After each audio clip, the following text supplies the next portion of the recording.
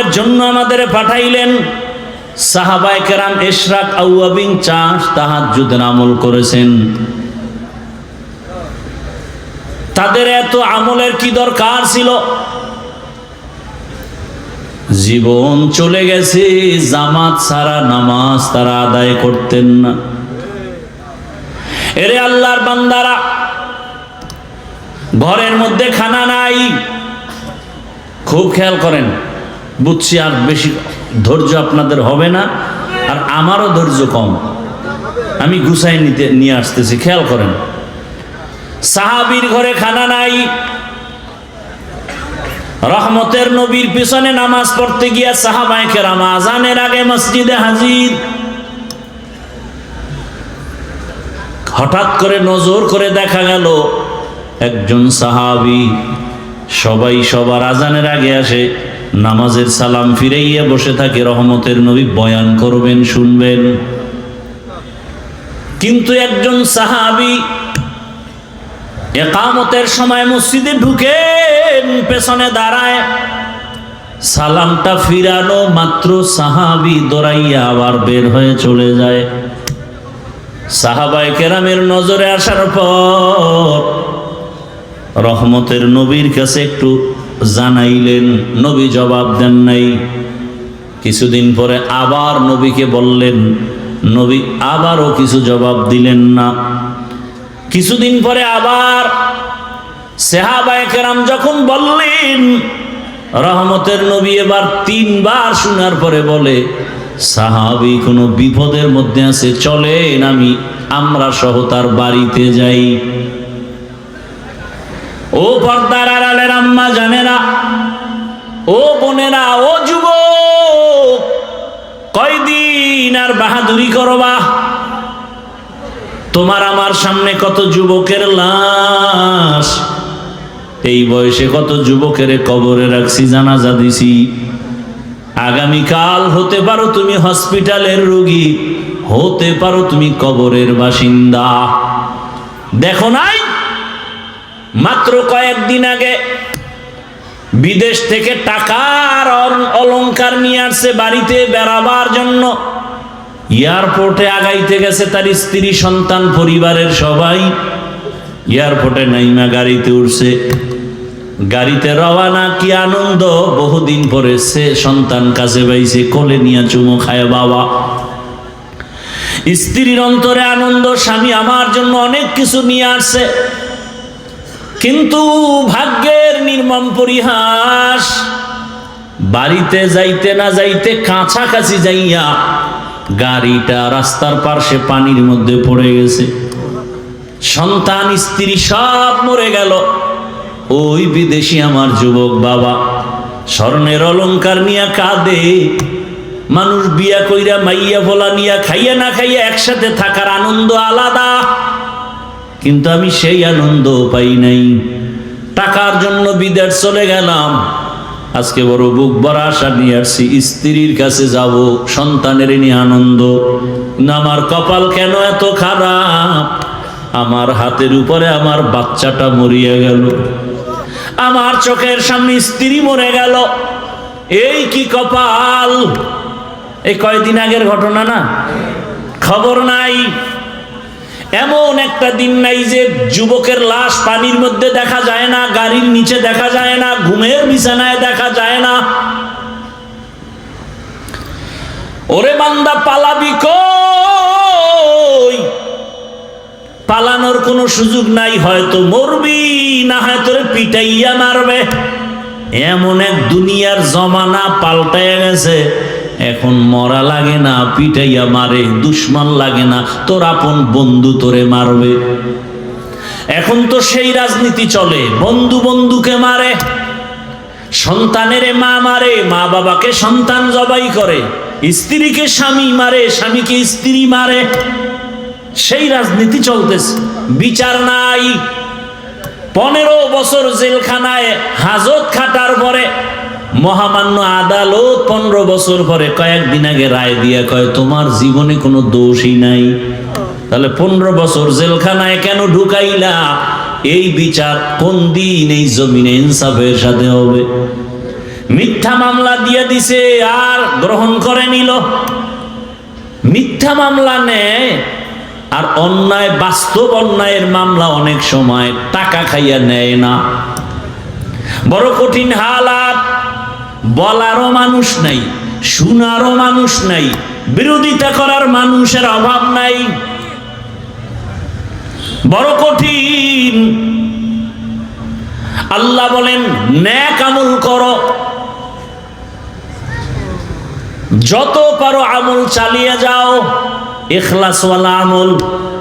ইখলাস কবে আসবে সেই দিন করবো, কা হবে না? চালাও, আমল চালায় যাও। আমল করতে করতে এক সময় যদি সেজদাটার মধ্যে ইখলাস চলে আসে, কান্না চলে আসে, এক সেজদা জান্নাত ওয়াজিব হয়ে যাবে, 1000 সেজদা আসমানে কবুল হতে হবে না। এই জন্য সাহাবায়ে কেরাম আমল করতে করতে বেকারার। রহমতের নবী বলেন চলো সাহাবীর বাড়িতে যাই ফজরের নামাজের পরে। রহমতের নবী সাহাবাদের নিয়ে ওই সাহাবীর বাড়ির দরজা, বাড়ি না ঘর, এখন তো আমাদের বাড়ি দোতলা তিনতলা বিল্ডিং করা, তখন খেজুর পাতার ছাউনি দিয়া 2 জন মানুষ থাকার মতো একটু জায়গা ছিল, ঘর। রহমতের নবী ঘরের কিনারায় দাঁড়ালেন, আসসালামু আলাইকুম ইয়া আহলাল বাইত, ঘরওয়ালারা দরজা খোলো। রহমতের নবী সামনে হাজির, ভেতর থেকে কোনো আওয়াজ নাই। কিছুক্ষণ পর আবার ডাক দেয়া হলো, দরজা খোলো। রহমতের নবী দাঁড়ানো, খবর নাই। আবার কিছুক্ষণ পরে আওয়াজ, সালাম, ঘরওয়ালারা দরজা খুলো। এবার হঠাৎ করে ঘর থেকে শুধু কান্নার আওয়াজ আসতেছে। সাহাবী কান্না করেন, ইয়া রাসূলুল্লাহ, আমারে আপনি দয়া করে বেয়াদবি মাফ করবেন, আমি আপনার সামনে আসার মতো এমন কোন কাপড় আমার পরনে নাই। রহমতের নবী শুনিয়া একটা চাদর দিয়া দিলেন, নাও। মোটামুটি চাদর আবৃত করিয়া রহমতের নবীর সামনে আইসা চোখের বাড়ি সারিয়া কয়, ইয়া রাসূলুল্লাহ, আমি বুঝছি আমার মনে হয় অভিযোগ হয়ে গেছে আপনার কাছে। আমি ইকামতের সময় যাই, সালাম ফিরানো মাত্র চলে আসি, আমার কলিজায় ব্যথা, আমি আপনাকে সময় দিতে পারি না, বয়ান শুনতে পারি না। আমারে আমার আল্লাহ তো গরিব, আল্লাহ আমাকে এত গরিব বানাইছেন।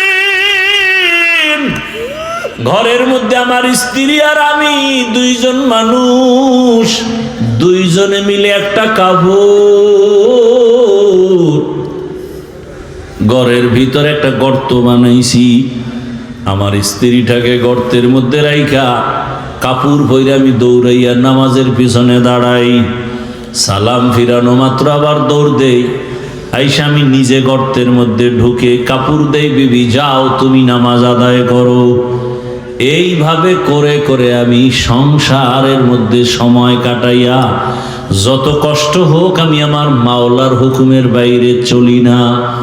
সাহাবায়ে কেরামদের চোখে বাণী, রহমতের নবীও কান্না। রহমতের নবী বলেন, ও আরশে আজিমের মালিক,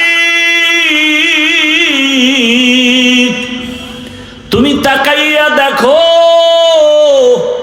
কুদরতের নজর দাও, তোমার এই সাহাবী, তোমার বান্দা আমার মোহাব্বতের সাহাবী, এত কষ্টের ভিতরও তোমাকে ভুলে না।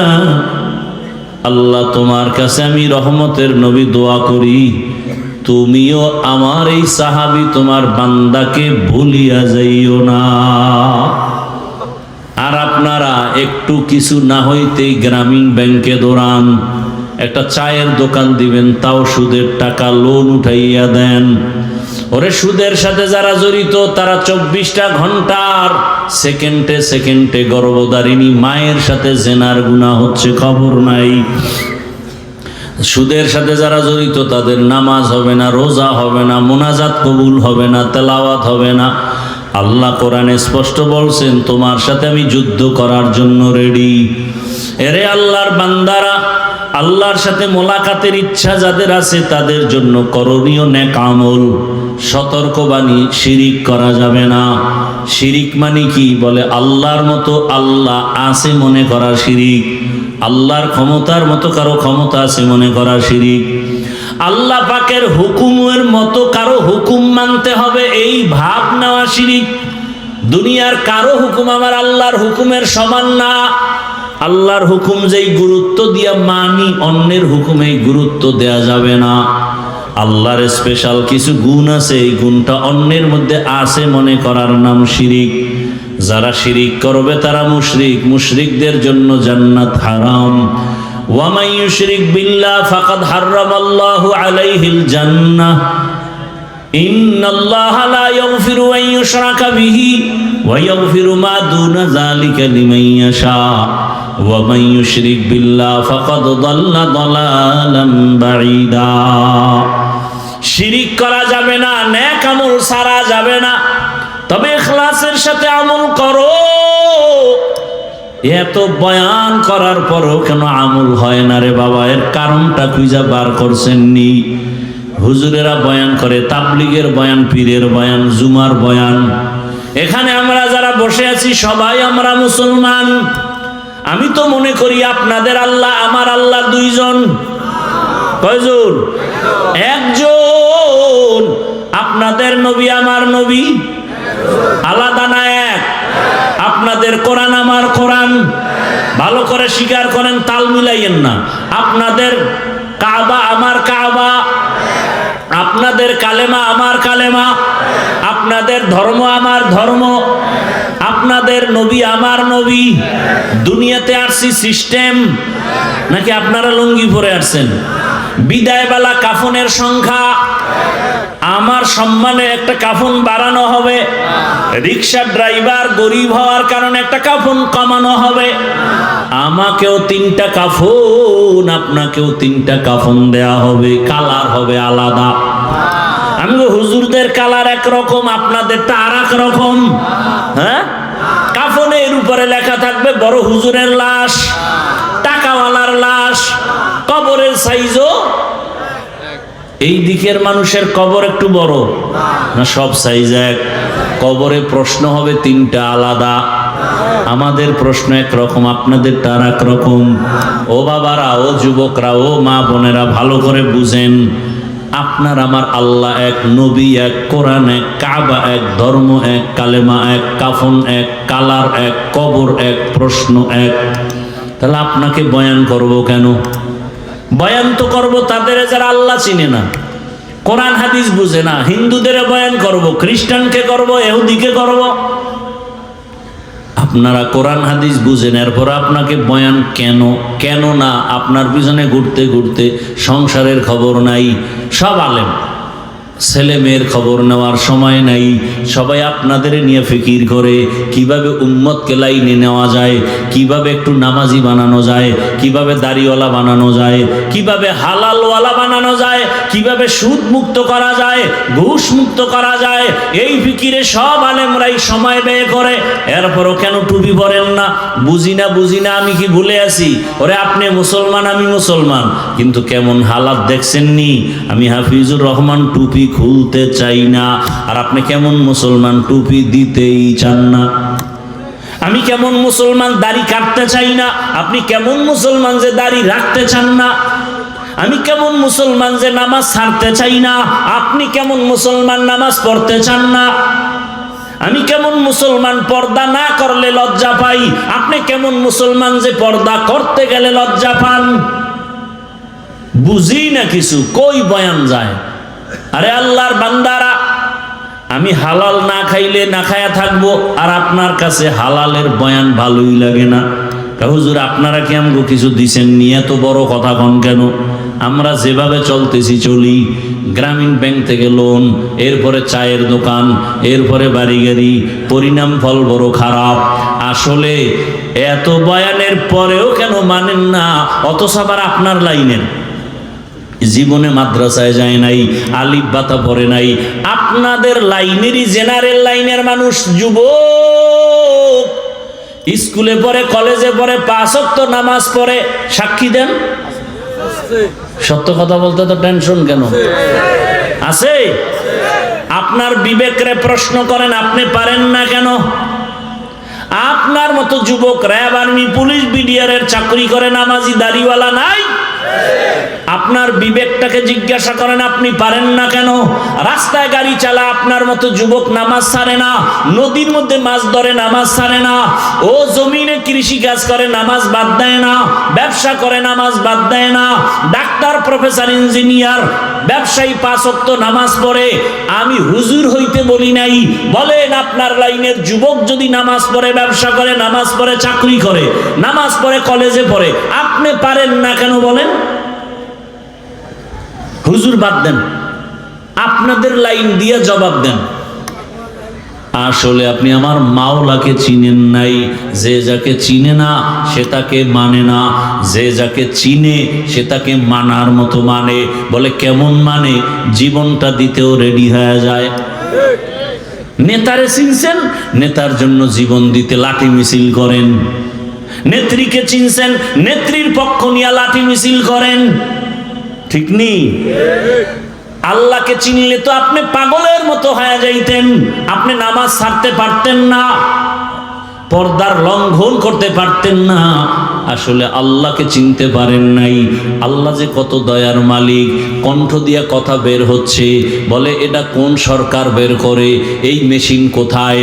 এই কথাগুলো কোন মেশিন থেকে বের হয়? পাইছেননি মেশিন? গাল ব্যথা করে, ঠোঁট ব্যথা করে, কপাল ব্যথা করে, জিহ্বা ব্যথা করে না?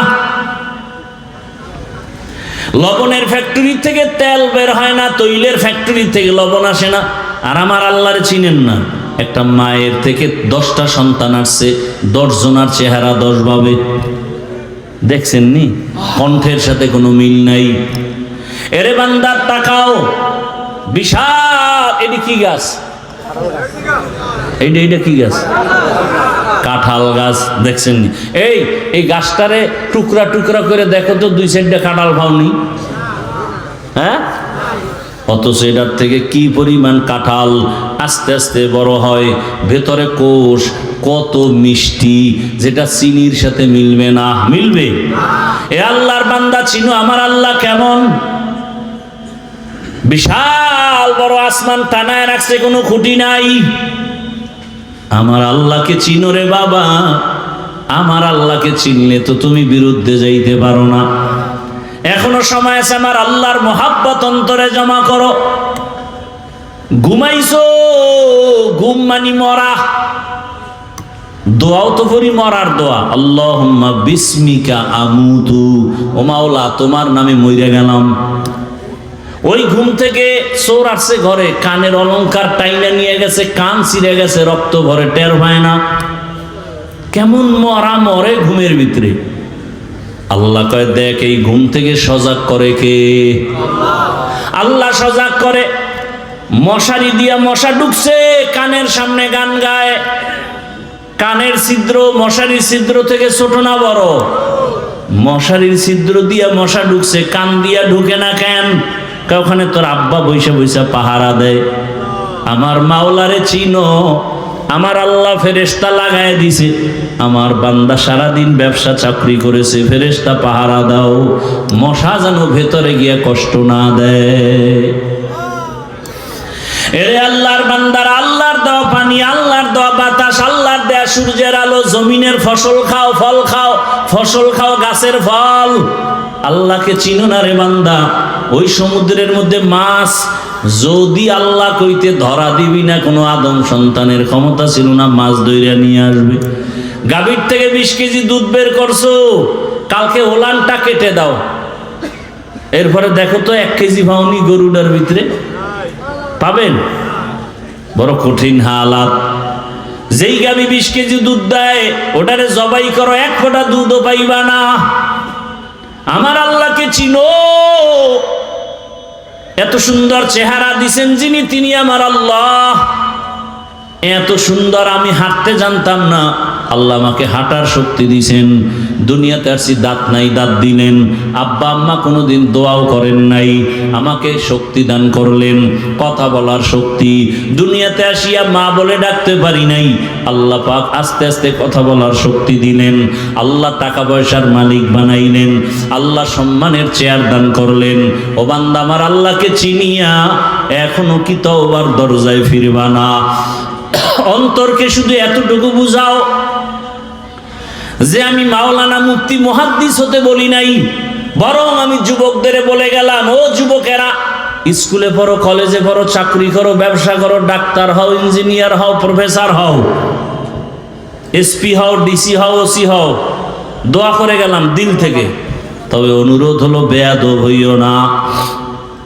বলবা হাফিজ ভাই বেয়াদব হব না মানি, অর্থাৎ 3 জায়গায় বেয়াদবি করবা না, করলেই মরার আগে কপাল শেষ, জীবন শেষ। মরবি না, বিছানায় ধুকে ধুকে কাঁদবি। 1 নাম্বার জায়গা মা বাবা, 2য় জায়গা বেয়াদবি করা যাবে না শিক্ষক, 3 নাম্বার জায়গা উলামায়ে কেরাম, মুরব্বী। এই 3 জায়গায় বেয়াদবি করলে মরার আগে জীবনটা পঙ্গু হয়ে যাবে। হাত উঠে বলা লাগবে না, ওরে শেষ করো। দিলের মধ্যে যদি কষ্ট আসে তোমার আচরণে, আর একটা নিঃশ্বাস যদি তোর মা বাবায় বলে, আহ, তোর কপাল নষ্ট হতে আর কিছু দরকার নাই। ডাক্তার হইয়া বেয়াদব হইও না, ইঞ্জিনিয়ার হও বেয়াদব হইও না, প্রফেসর হও বেয়াদব হইও না, ডাক্তার হও বেয়াদব হইও না। বরং এই 3 জায়গা থেকে দোয়া নাও, মা বাবার দোয়া, শিক্ষকের দোয়া, উলামায়ে কেরামের দোয়া নিয়া নবীর আদর্শ মতো চলো। তোমার মতো যুবক যদি স্কুল কলেজে পড়িয়া নামাজ পড়ে, তুমি পারবা না কেন? এলাকার মা বোনেরা, আপনার মতো মা কত বোন এই এলাকায় কি নাই, নামাজ পড়ে, পর্দা করে, স্বামীর মাল হেফাজত করে, মোবাইলে সময় নষ্ট করে না। আম্মা জানেরা একটু চিন্তা করেন, আপনারা কেন পারবেন না? আপনার সন্তানকে যদি আদর্শ ডাক্তার বানাতে চান, আপনাকে আগে আদর্শওয়ালা হতে হবে। কারণ গাছ ভালো হলে ফল ভালো হবে, মা বাপ ভালো হলে সন্তান ভালো হবে। অতএব আম্মা জান, আপনার মতো কত মা যদি পর্দা করে, এখনো নামাজ পড়ে, আপনি কেন পারবেন না? আপনার কপাল তো অনেক ভালো, আপনারা তো নবীদের স্ত্রীদের মতো এবং নবীদের মায়ের মতো, সাহাবায়ে কেরামদের মায়ের মতো। আপনাদের কত সম্মান আল্লাহ দান করেছেন। এখনো সময় আছে, তওবা করেন। জীবনে কোন দিন মরণ হবে জানা নাই, এক এক করে সবাই চলে যাইতেছে। আল্লাহর কাছে তওবা করেন। জীবনে বেপরদায় চলবেন না, নামাজ ছাড়বেন না, মোবাইলে সময় নষ্ট করবেন না। ও আমার যুবক বাবারা, আল্লাহর কাছে মনে মনে তওবা করো। জীবনে দাড়ি কম কাটো নাই, নামাজ কম ছাড়ো নাই, বেপরদায় কম চলো নাই, মদের আড্ডা, বিভিন্ন পার্কে পার্কে দৌড়াইলা। এখন থেকে তওবা করো। কয়দিন আর বাঁচবা? আগামীকাল ঘুমাবা, ঘুমের মধ্যে না জানি মরণের খবর হয়ে যায়। মা চিল্লায় বলবে, আমার বাবাই মরে গেছে, সবাই তাড়াতাড়ি আসো। বন্ধু খবর পাইয়া নাম্বার ডিলেট, বন্ধু নাই, নাম্বারও রেখে লাভ নাই, কবরের বাসিন্দা হয়ে যাবা। আল্লাহর কাছে অন্তরের বুঝায় তওবা করো। আল্লাহকে মনে মনে বলো, হে মালিক, জীবনে বহু অন্যায় করেছি, আর করব না, নামাজ ছাড়বো না, দাড়ি কাটবো না, বেপরদায় চলবো না। মা বাবার দোয়া নিয়া, শিক্ষকের দোয়া নিয়া, উলামায়ে কেরামের পরামর্শ নিয়া নবীজির সুন্নাত অনুযায়ী চলবো। তওবা করার মতো যদি অন্তর তৈরি হয়, মুনাফিকি যদি অন্তরে না থাকে, খাঁটি তওবার নিয়ত যাদের আছে, ওমরের মতো মেজাজ নিয়া যারা বসছো, খাঁটি তওবার নিয়তে দুটো হাত আল্লাহকে দেখায় দাও। আয় আল্লাহ, হাতগুলো কবুল করে নেন, তওবা কবুল করে নেন, তওবার উপরে মজবুত হইয়া চলার তৌফিক দান করেন, আমিন। আলহামদুলিল্লাহি রাব্বিল আলামিন, ওয়াসসালাতু ওয়াসসালামু আলা সাইয়্যিদিল আমবিয়া ওয়াল মুরসালিন ওয়া আলা আলিহি ওয়া আসহাবিহি আজমাইন। ইয়া আরহামার রাহিমিন, ইয়া আরহামার রাহিমিন, ইয়া আরহামার রাহিমিন। রব্বিরহামহুমা কামা রাব্বায়ানি সগীরা। আল্লাহুম্মা ইন্নাকা আফুউন কারীম তুহিব্বুল আফওয়া ফা'ফু আন্না। اللهم إنا نسألك رضاك والجنة ونعوذ بك من سخطك والنار اللهم إنا نعوذ بك من البرص والجنون والجذام وسيء الأسقام اللهم إنا نسألك علما نافعا ورزقا واسعا وشفاء من كل داء يا الله মাহফিল কবুল করে নেন আয়োজনকারী সহযোগিতাকারীদের কবুল করে নেন মাদ্রাসা কবুল করে নেন ওলামায়ে কেরাম ছাত্র ওস্তাদ এলাকাবাসীকে কবুল করে নেন মা বোনদের আবেদা পর্দানিশী বানায় দেন সন্তানগুলো নেককার আদর্শবান বানায় দেন পরীক্ষার্থী লেখাপড়া যারা করে কামিয়াবি দান করেন আমার কলিজার প্রত্যেক যুবকের দিনের খাদেম বানায় দেন মোবাইলের গুনাহ থেকে হেফাজত করেন সারা দুনিয়াবাসীকে মাফ করে দেন বাংলাদেশ শান্তির দেশ বানায় দেন বিদেশের ঘরে আমার ভাই বোন যারা ব্যবসা চাকরি করে হেফাজত করেন আয় আল্লাহ বাংলাদেশ ইসলামের জন্য কবুল করে নেন উলামায়ে কেরামদের এক বানায় দেন বাতিলের মোকাবেলায় বিজয় দান করেন নেফাকি ওয়ালাদের নেফাকি জাহের করে মুমিনের ঈমান আমল হেফাজতের ব্যবস্থা করে দেন আমাদের জানমাল হাল পরিবার হেফাজত করেন ব্যবসা চাকরি যারা করে কামাই রুজিতে হালাল ভাবে বরকত বাড়ায় দেন আয় আল্লাহ তাআলা নবীজির সুন্নাত ওয়ালা ইজ্জতের জীবন দান করেন আয় আল্লাহ রাসূলের রওজা বাইতুল্লাহ জিয়ারতের জন্য কবুল করে নেন আয় আল্লাহ অভাবীদের অভাব দূর করে ঋণ আদায়ের ব্যবস্থা করে দেন আয় আল্লাহ নামাজ কাজা হওয়া থেকে হেফাজত করেন আমরা যারা হাত তুলেছি জানি না এই ময়দানে কারা ইয়াতীম জীবনে আর বাবার চেহারা দেখবে না অনেকে মাকেও হারায় ফেলছেন আয় আল্লাহ মা বাবা যার দুনিয়ায় নাই সবাইকে জান্নাত দান করেন যারা বেঁচে আছেন হায়াত বাড়ায় দেন অসুস্থ যারা সুস্থ করে দেন নবীজির রওজা বাইতুল্লাহ জিয়ারত করার ব্যবস্থা করে দেন ইজ্জতের জিন্দেগি দান করেন জাহেরি বাতিনি দুশমনের মোকাবেলায় বিজয় দান করেন ইলম হিকমত আমলে বরকত বাড়ায় দেন